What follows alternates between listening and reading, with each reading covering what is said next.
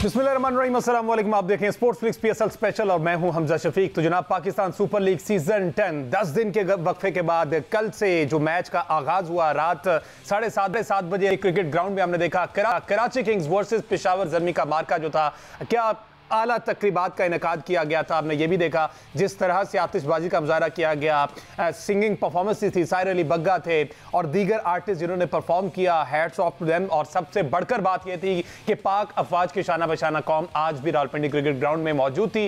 पाक अफवाज को सलाम पेश करने के लिए एक बड़ी तादाद में शायकीन क्रिकेट जो है वो रावलपिंडी क्रिकेट स्टेडियम में मौजूद थे। Army chief general Syed Asim Munir वहां पर मौजूद थे, DGISPR वहां पर मौजूद थे, वजीर दाखिला और PCB के चेयरमैन मोहसिन नकवी साहब वहां पर मौजूद थे। और इन सब की मौजूदगी में कल जिस तरह का इनेकाद किया गया रावलपिंडी क्रिकेट ग्राउंड में इस मैच का, वो भी दीदनी था। एक और नेल बाइटर मैच, बड़े स्कोर का मैच हुआ। 237 रन बनाए कराची किंग्स ने पहले बैटिंग करते हुए। पेशावर ज़ल्मी ने टॉस जीता, बाबर आजम ने टॉस जीतकर पहले फील्डिंग का फैसला किया। और हालांकि ट्रैक रिकॉर्ड पिंडी के स्टेडियम का इस सीजन में ये रहा है कि 6 मैचेस हुए, 6 के 6 में हमने देखा कि जो भी टॉस जीत रहा था वो पहले बैटिंग कर रहा था। लेकिन बाबर आजम शायद विकेट को रीड करने में थोड़े से नाकाम दिखाई दिए। उन्होंने टॉस जीता, फील्डिंग का फैसला किया और कराची किंग्स ने इसका भरपूर फायदा उठाया इस मौके का और 237 रन जो है वो बोर्ड पर सजा दिए। 238 रन का टारगेट दिया।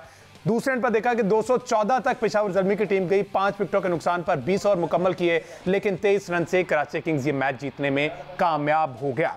देखना यह था कि डेविड वार्नर ने 86 रन की इनिंग खेली है, 72 रन की इनिंग जेम्स विंस ने खेली है और रही सही कसर खुशदिल शाह और मोहम्मद नबी ने आकर पूरी कर दी। 43 रन और 26 रन की इनिंग्स।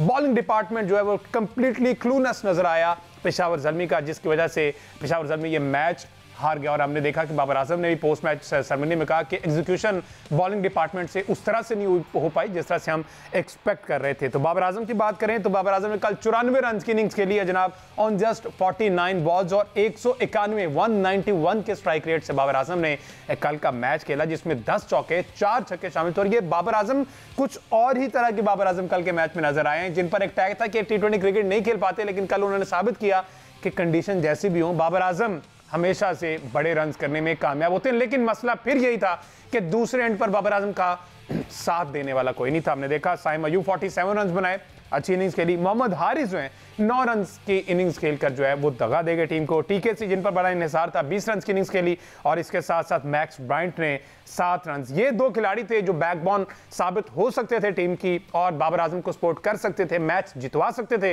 लेकिन अनफॉर्चुनेटली ये प्लेयर जो है वो नाकाम। इस तमाम तर सूरत हाल पर बात करेंगे। इसके साथ साथ आज डबल हेडर खेला जाएगा में पहला मैच जो कि अभी जारी है मुल्तान सुल्तान और कोयटा ग्लेडिएटर का। दूसरा मैच डू और डाई, दूसरा match do or die, Lahore Qalandar versus Peshawar Zalmi. जो जीता वो प्लेऑफ के लिए क्वालिफाई कर जाएगा, जो हारा उसका सफर PSL सीजन 10 में आज के मैच के बाद तमाम हो जाएगा। अभी जो मैच चल रहा है उस पर भी बात करेंगे, आने वाले मैच पर बात करेंगे जो रात 8 बजे है, और जो कल रात मैच हुआ उस पर बात करेंगे। तमाम तर सूरत हाल पर बात करने के लिए हमारे साथ मौजूद होंगे फॉर्मर कैप्टन सलमान भट्ट साहब। इसके साथ हमें ज्वाइन किया सीनियर स्पोर्ट्स एनालिस्ट हैं, जर्नलिस्ट हैं अहमद कुरैशी, और स्पोर्ट्स कॉरेस्पॉन्डेंट इस्लामाबाद पिंडी से हमारे साथ इकरामुल्लाह जोया मौजूद है। वहां से उनकी सूरत हाल जानेंगे, क्योंकि आज दोपहर में जो मैच चल रहा है ये खासा मुश्किल मैच है for the players, for the spectators. और गर्मी की शिद्दत जो है इस टाइम गालिबन 41-42 डिग्री टेम्परेचर है वहां पर। अहमद कुरैशी से आगाज कर लेते हैं कल के मैच से। अहमद, टॉस जीता बाबर ने और फील्डिंग का फैसला किया। ट्रैक रिकॉर्ड ये कह रहा था पिंडी का कि इस सीजन में 6 मैचेस हुए, 6 के 6 मैचेस जिसने पहले बैटिंग की वही जीता, लेकिन बाबर थोड़ी सी उससे चूक हो गई। उन्होंने कहा कि पिच मुझे स्टार्ट में लगा ड्राई है, तो इसलिए हमने शायद ये सोचकर पहले फील्डिंग का फैसला किया। यही फैसला जो है वो बाबर को इस हार की तरफ ले गया, बाबर एंड द कंपनी को। देखिए हमजा, मेरा भी ख्याल कि ये फैसला हार की तरफ ले गया है, क्योंकि टॉस कराची किंग्स भी जीत सकती थी। आई थिंक जिस तरह से पैथेटिक बॉलिंग और फील्डिंग की है पेशावर ज़ल्मी ने, खासतौर पे जो आखिरी 3-4 ओवर्स में बॉलिंग हुई है, उससे पैथेटिक बॉलिंग मैंने अपनी ज़िंदगी में नहीं देखी कि आप जो लास्ट 2 ओवर्स हैं उनमें 50 रन से ज़्यादा दे दें। तो आई थिंक जब आप अच्छा भला आप अपने मैच को अपनी ग्रिप में ले आए हों, उसके बाद आप ब्लंडर्स पे ब्लंडर्स करना शुरू कर दें आपके बॉलर्स। जिस तरह से दानियाल अरशद ने बॉलिंग की है, मेरे ख्याल में वो तो ऐसे लग रहा था जैसे कि मीडियोकर और एक क्लब क्रिकेटर है जो बॉलिंग कर रहा है, क्योंकि कुछ समझ नहीं आ रही थी कि उसके माइंड में क्या चल रहा है और वो क्या सोच के बॉलिंग कर रहा है। 60-70 रन के करीब उसको पड़ गए। उसके अलावा अगर हम देखें तो बाकी बॉलर्स ने भी स्ट्रगल किया है। तो मेरे ख्याल में जो एक डिफरेंस डाला है मैच में अगर किसी चीज में, तो वो जो आखिरी ओवर की बॉलिंग है, एक तरफ कराची किंग्स की और दूसरी तरफ पेशावर ज़ल्मी की, उसने डिफरेंस क्रिएट किया है। और ये एक ह्यूज डिफरेंस था। अच्छा, बाबर आजम पर बड़ी बात हुई अहमद, हमने कल देखा। अच्छा स्कोर करने के बावजूद बाबर पर अब तनकीद हो रही है, और वो तनकीद किस तरह हो रही, आप नहीं समझते कि बाबर का साथ देने वाला कोई नहीं था इस पूरे इनिंग्स में, अकेला बाबर ही था। और यही सिचुएशन पाकिस्तान क्रिकेट टीम में बाबर के साथ होती कि एक एंड पर बाबर खड़े रहते हैं और दूसरे एंड पर उनका साथ देने वाला कोई नहीं होता। आज भी ऐसा हुआ, कल रात भी, कि बाबर खड़े रहे लेकिन ऑन द अदर हैंड कोई नहीं था। और फिर अगर बाबर स्लो डाउन होते हैं उस सिचुएशन के अकॉर्डिंग, फिर भी तनकीद बाबर पे होती।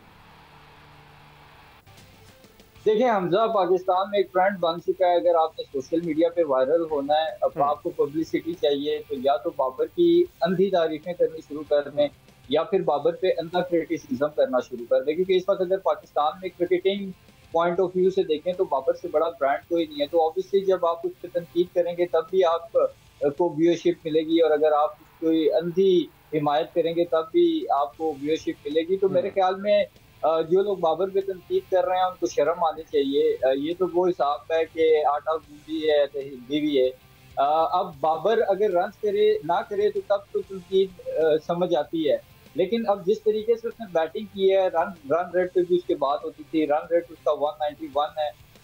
फिर उसने 10 चौके लगाए, 4 छक्के लगाए। इसके अलावा वो बाबर दो सवा 200 रन बोर्ड पे लगे हुए हैं, तो वो बाबर में अकेले तो बिल्कुल ऐसे ही है। अनफॉर्चुनेट है कि बाबर पे इस तरह से तनकीद की जा रही है। हाँ, एक पॉइंट जरूर है जो कि मैं जिस पर बात करना चाहूंगा कि बाबर को शुरू में थोड़ा सा, जब वो थोड़ा सेटल हो जाए, तो 50 रन से शुरू के होते हैं वो काफी स्लो करता है, उसमें थोड़ा सा वो कोशिश करे कि एक्सेलरेट करे। अदरवाइज अगर आप उसकी इनिंग्स देखें तो वो बड़ी जबरदस्त शानदार इनिंग्स है। उसके जो शॉट्स थे वो प्रॉपर क्रिकेटिंग शॉट्स थे, सिर्फ वो कवर ड्राइव पे अपने डिपेंड नहीं कर रहा था, अक्रॉस द ग्राउंड उसने अपने शॉट्स खेले हैं। और सबसे अच्छी बात यह है जो कि हम पिछले 2-2.5 साल से मिस कर रहे थे कि बाबर, इस वजह से बाबर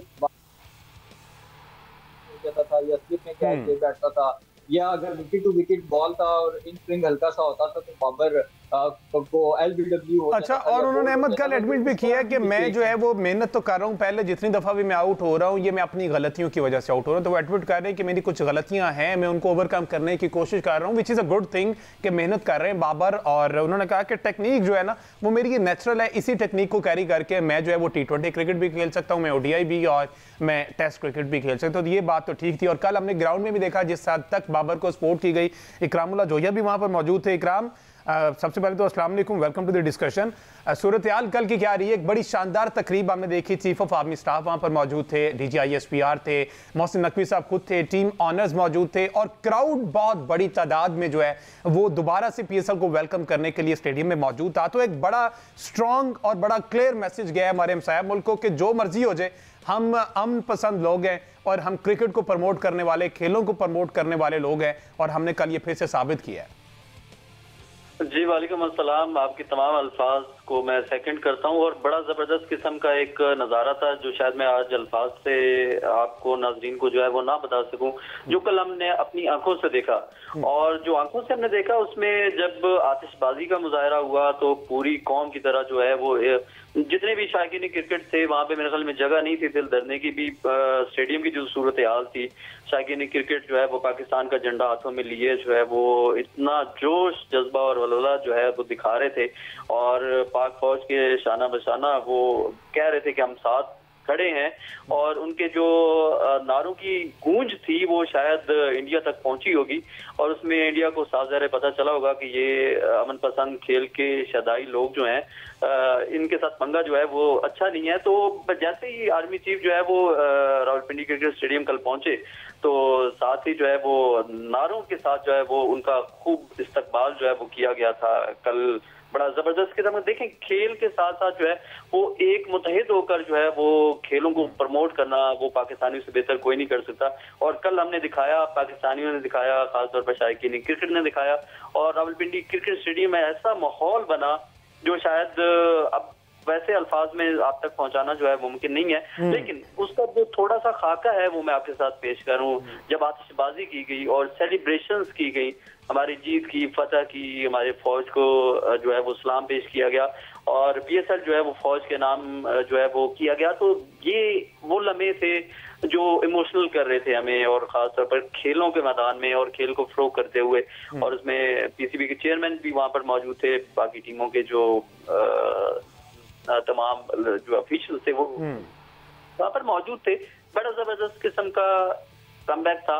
PSL दोबारा से शुरू हुआ, बातें चल रही थी कि PSL खत्म और PSL जो है वो दरमियान में अधूरा रह गया, लेकिन जैसे कमबैक PSL में हुआ ना, वो मेरे ख्याल में दीदनी था, और उसका जो एक्सपीरियंस था वो मेरी जिंदगी का सबसे बेहतरीन यूनिक किस्म का स्पोर्ट्स के हवाले से एक यादगार तरीन एक लम्हा था जो हमने कल एंजॉय किया। आतिशबाजी एंजॉय की, उसके बाद जो है जो फनकारों ने अपनी परफॉर्मेंसेज दी, और कौम और वतन और लोगों को जो है वो इकट्ठा यकजा करने के हवाले से जब वो मनाजिर थे, वो मेरे ख्याल में बड़े दीदनी थे।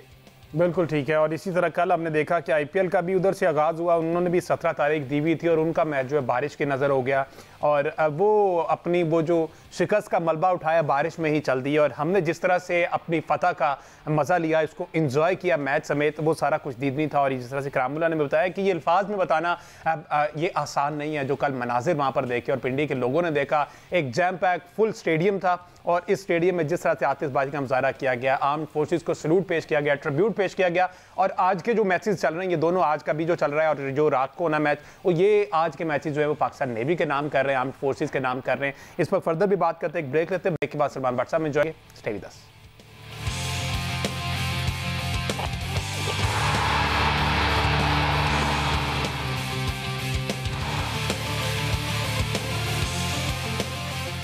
वेलकम बैक जी। बात हो रही पाकिस्तान सुपर लीग सीजन 10 के हवाले से, जिसका कल रात मैच खेला गया कराची किंग्स वर्सेस पेशावर ज़ल्मी, और कराची किंग्स ने ये मैच जो है वो 23 रन से जीत लिया, और ये एक इंपॉर्टेंट मैच था पेशावर ज़ल्मी के लिए भी। और कराची किंग्स जो है वो इस वक्त टेबल के दूसरे नंबर पर मौजूद है, और टेबल टॉप जो कोयटा ग्लेडिएटर है उसका अभी जो मैच चल रहा है मुल्तान सुल्तान के साथ। मुल्तान सुल्तान को चाहिए कि हाई नोट पर ये सीजन का अख्ताम करे, अपना आखिरी मैच है जीत कर एक वैसे तो ये जो पूरा सीजन रहा उनके लिए एक नाइटमेयर से कम नहीं रहा, लेकिन अगले सीजन के लिए हाई नोट पर इस सीजन को एंड करना उनके लिए इंतहाई जरूरी है। पिछले मैच की बात करते हैं, फॉर्मर कैप्टन सलमान भट्ट साहब भी हमारे साथ मौजूद है। अस्सलाम वालेकुम भट्ट साहब।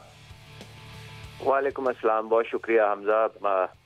भट्ट साहब, स्टार्ट से ही जरा टॉस पर एक आपका कमेंट चाहूंगा। टॉस जीतकर जो बाबर ने पहले फील्डिंग का फैसला किया, उन्होंने कहा कि स्टार्ट में ऐसा लग रहा था विकेट ड्राई, जिसकी वजह से फील्डिंग का फैसला आपने किया। इससे पहले 6 मैचेस हुए वो बैटिंग फर्स्ट वाले जीते, ये ट्रैक रिकॉर्ड था इस ग्राउंड का, लेकिन इसके बावजूद बाबर का टॉस जीतकर फील्ड का फैसला करना, क्या कहेंगे आप इस पर? बस इसका मतलब यह है कि 6-0 के बाद 7-0 ही होना है। बात यह है कि हमजा, ये जो ड्राई विकेट अगर हो और कप्तान ये कहे कि ये ड्राई विकेट है और मैं टॉस जीत गया, तो फिर ड्राई पे आप पहले बैटिंग करते हैं, क्योंकि ड्राई तो फिर और ड्राई होता जाता है।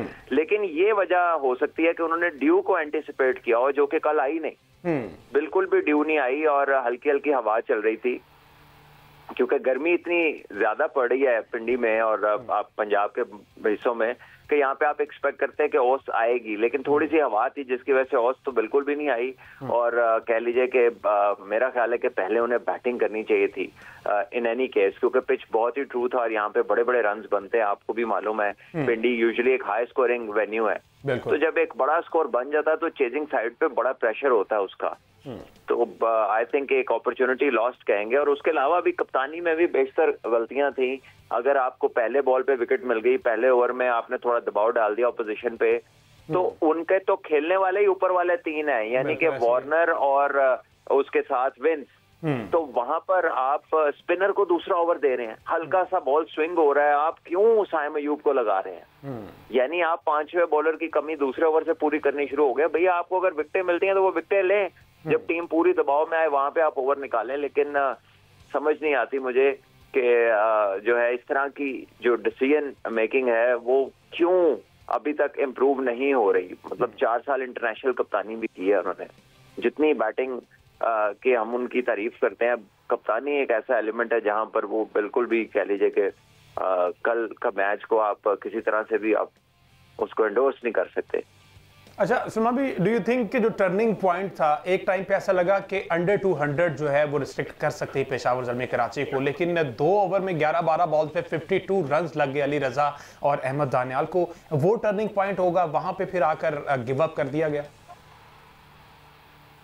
देखिए टर्निंग पॉइंट तो हमजा बेशुमार, एक कोई टर्निंग पॉइंट नहीं था, बिल्डअप हुआ है। अगर आप देखें कि एक एंड से लूक वुड ने 3 ओवर करवाए और उन्हें 3 ओवर में 12 या 14 रन हुए, 1 विकेट ली। दूसरी तरफ से पहले 4 ओवर जो हुए, यानी 7वें ओवर तक हर ओवर नए बॉलर ने करवाया। पहले साइम अयूब ने करवाया, फिर अली रजा ने कराया, फिर उसके बाद अहमद दानियाल ने कराया, फिर उसके बाद अगला ओवर जो था वो उसने करवाया, क्या नाम है, एक और बॉलर शायद आरिफ याकूब या हुसैन तलत ने करवाया। तो आप हर ओवर में तब्दीली कर रहे हैं, ना बॉलर सेटल हो रहा है और पिच बैटिंग है, बैट्समैन सेट हो ही जा रहे हैं, बॉलर हर ओवर में नया आ रहा है। तो ये कोई मतलब पता नहीं अब इसको क्या कहें, कौन सी जहानत है या क्यों ये डिसीजन मेकिंग की उन्होंने, मेरी समझ में तो नहीं आया। लेकिन ये है कि वो अपने लिए उन्होंने अच्छा नहीं किया। और आप देखें कि दोनों जो टॉप नॉच प्लेयर्स है कराची के, इतनी ट्रैवलिंग की, एक ऑस्ट्रेलिया से वापस आए, एक न्यूजीलैंड से इंग्लैंड से वापस आए, लेकिन वो लगा नहीं कहीं पे कि वो कोई जेट लैग थे या कुछ था, आके उन्होंने इतनी उम्दा बारियां ली। हालांकि काफी गर्म था वेदर और उन्होंने बड़ी समझदारी के साथ खेला, बाउंड्रीज भी लगाई और छक्के भी लगे, साथ rotation, running between the wicket बहुत उम्दा थी और उन्होंने फील्ड को भी बहुत चैलेंज किया पेशावर ज़ल्मी की। और जिस तरह से आके एडजस्ट हो गए, हमने देखा कि डेविड वार्नर चूंकि सिडनी से वापस आए तो इस वक्त शदीद ठंड है वहाँ पर, सर्दियों का मौसम है, और वहाँ से फ़ौरन वापस आके 42-43 डिग्री टेम्परेचर में खेलना वो भी एक स्पोर्ट्समैन जाहिर करता है और साबित करता है। जी, फिटनेस का अंदाजा लगा लें और अपनी बॉडी के बारे में जानने का अंदाजा लगा लें, क्योंकि जब आप ठंड से गर्मी में आते हैं ना, तो या आप वाइस वर्सा दूसरी तरफ ट्रैवल करते हैं, तो वाटर लेवल्स का बड़ा ख्याल रखना पड़ता है, अपनी रिकवरी का बड़ा ख्याल रखना पड़ता है। और यही वो चीज है जिसकी हम बेशतर दफा बात कर चुके कि पीक परफॉर्मेंस पिरामिड दूसरी टीमों को अपने पता है और वो फिट है। हम लोगों की जो फिटनेस लेवल्स है उसमें बहुत इंप्रूवमेंट लाने की जरूरत है। बिल्कुल ऐसी। अच्छा, हम तो अपने ही मुल्क में कई दफा कह देते हैं अभी हम एडजस्ट हो रहे हैं, एक्लेमेटाइज हो रहे हैं। बिल्कुल ऐसी है। अली रजा सलमान भी बहुत अच्छे बॉल किए, स्टार्ट में एक अच्छा स्टार्ट भी मिल गया अली को और स्पीड भी अच्छी थी, लेकिन एंड पर जिस तरह से उनको मार पड़ी है तो सेम वही है कि जैसे शाहीन अफरीदी को मार पड़ना शुरू होती है, वो तो एक चलो मोस्ट एक्सपीरियंस बॉलर, इसके बावजूद ऐसा करते हैं। अली को भी इसी स्टेज से आप समझते हैं कि ये चीज़ों को समझने की ज़रूरत है कि जब मार पड़ना स्टार्ट हो जाए तो फिर वेरिएशन, पेस ऑफ चेंज, वो जो बैक हैंड से बॉल करते हैं, इस तरह की कुछ चीजें लानी चाहिए, या फिर जैसा चल रहे थे वही ठीक था? सबसे ज्यादा जरूरी होता है कि आपके पास कोई सीनियर प्लेयर, आपका कप्तान खड़ा हो जो आपको गाइड करे और उस पोजीशन में आपका मोमेंटम जो है उसको थोड़ा स्लो डाउन करे। हम ये देखते हैं कि जब बाबर आजम बॉलिंग देते हैं यंगस्टर को, वो खुद बाउंड्री पे चले जाते हैं फील्डिंग करने। बिल्कुल ऐसे ही। और वहां पर पास कभी उनके लुकवुड खड़ा होता है, कभी कोई कोई नहीं होता तो कप्तान नहीं होते। जब अली रजा का वो ओवर चल रहा था जिसकी आप बात करें, वो खुद तो बाउंड्री पे खड़े हुए थे। बिल्कुल ऐसे ही है। ठीक है। और अली रजा ने जो ओवर किए, पहला ओवर दायरे में किया, अगला ओवर महल को उसने 8वां 9वां किया, फिर उसके बाद उन्होंने 15वां ओवर किया, फिर उसके बाद उन्होंने आखिरी 2 में, यानी कि 4-4 5-5 ओवर के गैप से एक ओवर आपने उनको करवाया है। तो आप तो खुद ही बॉलर का रिदम नहीं बनने दे रहे। और अहमद कुरैशी साहब, हमने कल देखा है कि फील्डिंग दोनों तरफ से, फील्डर्स जो थे ना एक दूसरे को मैच देने के लिए तैयार थे। हमने देखा कैसे छुट रहे हैं बाउंड्रीज, और ये आखिरी ओवर में कराची किंग्स के फील्डर ने तो आखिर ही कर दी ना, जो 2-3 चौके लगे हैं, वो हाथ को बॉल रोकते रोकते फिर वो बाउंड्री लाइन क्रॉस कर रही थी बॉल।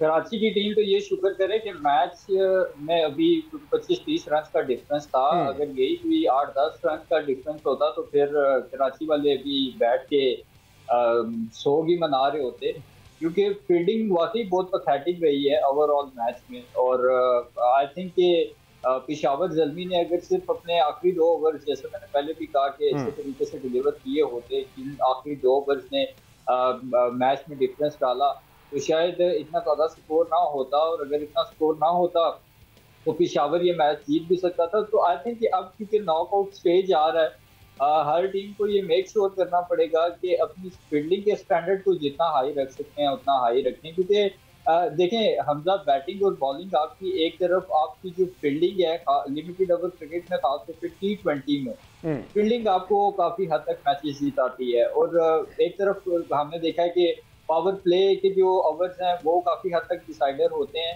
कि टीम ने कौन सी टीम मैच जीतेगी। ऑब्वियसली जो पावर प्ले के ओवर्स को इसी तरह से कंज्यूम करती है, उसके साथ साथ फील्डिंग, आई थिंक जो फील्डिंग में टीम कम गलतियां करती है उसके ऑटोमेटिकली चांसेस होते हैं मैच जीतने के। बिल्कुल। और सलमान भी, कल हमने देखा कि साद बेग जो है वो काफी ज्यादा अंडर प्रेशर नजर आया बिहाइंड द विकेट, दो तीन कैचेस ड्रॉप हुए, उसके बाद उस तरह से कीपिंग नहीं कर पाए जो एक्सपेक्ट कर रहे थे, और डेविड वार्नर सिर्फ खड़े उन्हें देख रहे थे हसरत भरी निगाह से कि आखिर इसे कहें तो कहें क्या। देखिए, बिल्कुल एक यंगस्टर हैं, कह लीजिए इमर्जिंग कैटेगरी में खेल रहे हैं, लेकिन पाकिस्तान अंडर 19 खेले हैं, पाकिस्तान ए खेले हैं, साइड मैच खेले हैं, तो आप एक्सपेक्ट करते हैं कि नहीं यार ये ज्यादा एफिशिएंसी होगी, बट एट टाइम्स हो जाता है क्योंकि इस पूरी पीएसएल में उन्हें कीपिंग तो करवाई नहीं गई। इस टीम में सारे के सारे मैचेस जो हैं वो टिम साइफर्ट ने कीपिंग की हुई थी, और ये पहला मैच था जिसमें साद बेग ने कीपिंग किया। तो I think he has to put up a better show to make a good name for himself. अगर वो इस तरह के चांसेस छोड़ेंगे या अगर अपनी अपॉर्चुनिटीज पे वो अच्छा परफॉर्म नहीं करेंगे तो फिर जाहिर है जो बात सबके सामने हो रही हो, फिर उसको तब्दील करने के लिए अच्छी परफॉर्मेंस ही चाहिए होती है, उसके अलावा तो कुछ हो नहीं सकता। और सलमान भी, कराची की बॉलिंग पर क्या कमेंट करेंगे? मीर हमजा ने कल आउटस्टैंडिंग 4 ओवर 33 रन एक खिलाड़ी को आउट किया है, उसके बाद नबी ने अच्छा ओवर किए हैं, हसन हालांकि स्पिनर को उस तरह से मदद कल के विकेट में नहीं मिल रहा था। जी हाँ, बिल्कुल। देखिए, हल्का फुल्का टर्न जरूर था, लेकिन स्पिनर्स खेल कौन से रहे हैं? आप देखिए ना कि जो स्पिनर खेल रहे हैं वो कंसिस्टेंट नहीं है। सबसे ज्यादा एक्सपीरियंस जो है उसमें वो मोहम्मद नबी ही थे, और उन्होंने डिसेंट बॉलिंग की है, दायरे के अंदर आके बॉलिंग किया, जो कह ले के जो सबसे एक डेंजरस पीरियड हो सकता है नए बॉल के ऊपर, वहां पर आकर भी वो बॉलिंग करते हैं और अच्छी बॉलिंग करते हैं, और अपने एक्सपीरियंस से वो भरपूर फायदा देते हैं अपनी टीम को। सो आई थिंक इसके अलावा ये कि हसन अली ने बहुत अच्छी बॉलिंग की, मीर हमजा बड़ा तजर्बेकार है, उन्हें राइट एरियाज का पता होता है, वो राइट एरियाज को नहीं छोड़ते, अपनी फील्ड को बॉलिंग करते हैं, और यही चीज है जो नए अपकमिंग हमारे आने वाले फास्ट बॉलर्स हैं, यंग फास्ट बॉलर्स हैं, उनको ये सीखनी है। जब उनको मार पड़नी शुरू होती है तो ऐसा लगता है वो सोचने समझने की सलाहियत जो है ना उनकी खत्म हो जाती है, क्योंकि वो वही गेंदे किए जाते हैं।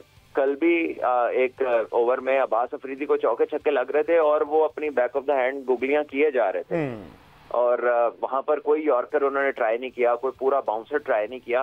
तो ऐसे में आप जरूर सोचते हैं देख करके यार ये इससे बहुत बेहतर किया जा सकता है जो ये कर रहे हैं। बिल्कुल ठीक। एक ब्रेक लेते हैं जी, ब्रेक के बाद वापस आते हैं तो कमेंट लेंगे जो अभी इस वक्त मैच चल रहा है मुल्तान सुल्तान कोयटा ग्लेडिएटर, और दूसरा डू और डाई मैच जो रात 8 बजे खेला जाना रावलपिंडी क्रिकेट ग्राउंड में, लाहौर कलंदर्स वर्सेस पेशावर ज़ल्मी, और ये एक हाई वोल्टेज टाकरा होने जा रहा है रात को 8 बजे। इस पर बात करते हैं ब्रेक के बाद। जी stay with us.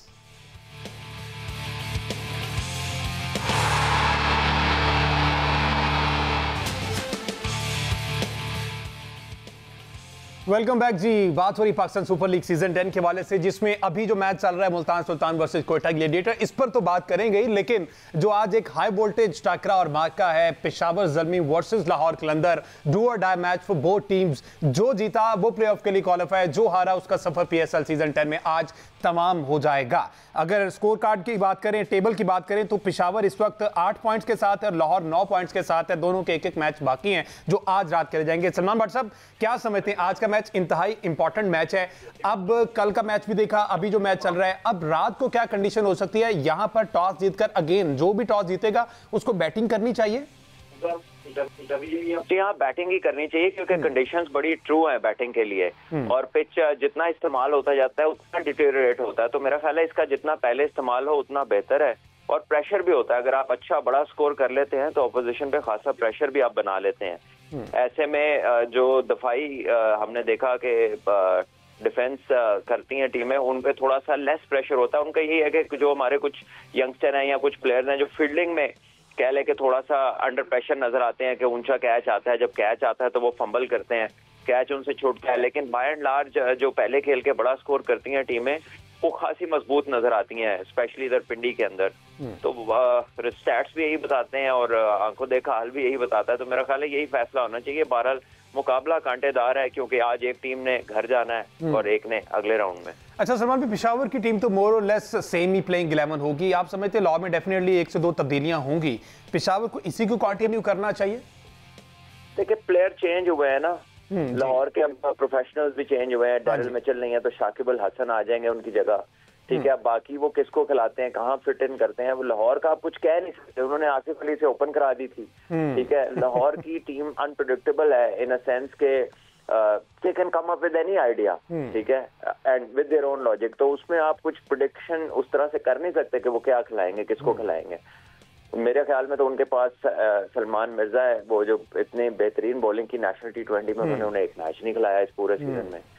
So it is up to them what they think. Peshawar Zalmi जो है, आई थिंक उन्हें पूरी बॉलिंग की तरफ देखना चाहिए अपनी, क्योंकि देखे कल भी उन्होंने रन किए, उनकी विकेटें हाथ में थी, तो उन्हें एक बॉलर अपना पूरा खिलाना चाहिए। जब वो सैम अयूब और हुसैन तलत पे चले जाते हैं ना, तो वल्नरेबिलिटी कि वो 4-5 ओवर हैं जहां पर दूसरी टीमें उनसे फायदा उठाती हैं। और सलमान भी, शकीबुल हसन आप समझते हैं फॉर श्योर खेलेंगे, उनकी जगह बन रही है इस प्लेइंग? आखिर जैसा प्लेयर कैसे बाहर बैठ सकता है? मतलब ठीक है, लाहौर है, कुछ भी कर सकते हैं, पता कोई नहीं, लेकिन साकिब का खेलेगा, क्योंकि मिडिल ऑर्डर में जो फिल करना है गैप, और साथ जिस तरह की वो बॉलिंग करते हैं, वो बहुत उम्दा ऑलराउंडर है। ठीक है जी, लास्ट पे कमेंट लेते हैं अहमद कुरैशी साहब से। अहमद साहब, क्या समझते हैं प्लेइंग 11 आपके नजदीक लाहौर की क्या होने वाली है? शकीबुल हसन आ रहे हैं प्लेइंग 11 में, और राजा पक्से को जगह मिलेगी या नहीं? मेरे ख्याल में क्योंकि एक तरह से डू एंड डाई मैच है, तो राजा पक्से और शाकिब दोनों ये मैच खेलेंगे। जहाँ तक बात है पेशावर ज़ल्मी की, मेरे ख्याल में पेशावर ज़ल्मी को स्पेशलिस्ट स्पिनर की तरफ ही देखना चाहिए। महरान मुमताज या सुफियान हुकीम को अगर आपने नहीं खिलाना, तो फिर उनको आपने स्क्वाड में किस लिए रखा हुआ है? इन्होंने ऑलरेडी अच्छी परफॉर्मेंसेस भी दी हैं पाकिस्तान के लिए भी और पेशावर ज़ल्मी के लिए भी, लेकिन बाबर आजम का वही प्रॉब्लम है जो उनकी पिछले 4-5 साल से प्रॉब्लम है इंटरनेशनल क्रिकेट में भी, कि उनकी डिसीजन मेकिंग का कुछ अता पता नहीं है कि वो क्या सोच के फैसले करते हैं। और जिस तरह सलमान भाई ने बात की है कि इसके बजाय कि आप सैम अयूब और हुसैन तलत पे ज्यादा डिपेंड करें, तो फिर इससे अच्छा है कि आप कोई एक आधा स्पेशलिस्ट स्पिनर खिला लें जो आपको विकेट्स दिला सके, और खासतौर पर जो बीच के ओवर है उनमें आपको ब्रेक दिला सके। तो आई थिंक अगर पेशावर इस तरह का कोई चेंज करती है, तो वो पेशावर के लिए पॉजिटिव साबित होगा। बाकी लाहौर में ये एक्सपेक्ट कर रहा हूँ कि लाहौर काफी एग्रेसिव माइंड के साथ अगली क्रिकेट खेलेगी, और शाहिन शाह अफरीदी और हारिस रऊफ आज आपको एक डिफरेंट लेवल पे परफॉर्म करते हुए नजर आएंगे। बिल्कुल, let's see, hope for the best. जो भी टीम जीतेगी, अब वो प्ले ऑफ है वो मरहले उसके लिए क्वालिफाई कर जाएगी, और आज का मैच दोनों टीम्स के लिए बड़ा इंपॉर्टेंट है। कल के मैच में हम ये जो अभी मैच चल रहा है इसका जो रिजल्ट आता है उस पर बात करेंगे, और डेफिनेटली पेशावर ज़ल्मी और लाहौर कलंदर के मैच पर, शाहीन वर्सेस बाबर पर बात करना इंतहाई जरूरी है। वो कल के शो में हम उस पर डिटेल डिस्कशन करेंगे, और कल हमें पता चल जाएगा, आज रात पता चल जाएगा कि कौन सी टॉप 4 टीम्स हैं जो क्वालिफाई करेंगी। उसमें से कोयटा, कराची और इस्लामाबाद तो कंफर्म हो चुकी, लाहौर और पेशावर में देखना कि चौथी पोजीशन पर कौन विराजमान होता है। मुझे दीजिए इजाजत, अल्लाह हाफिज।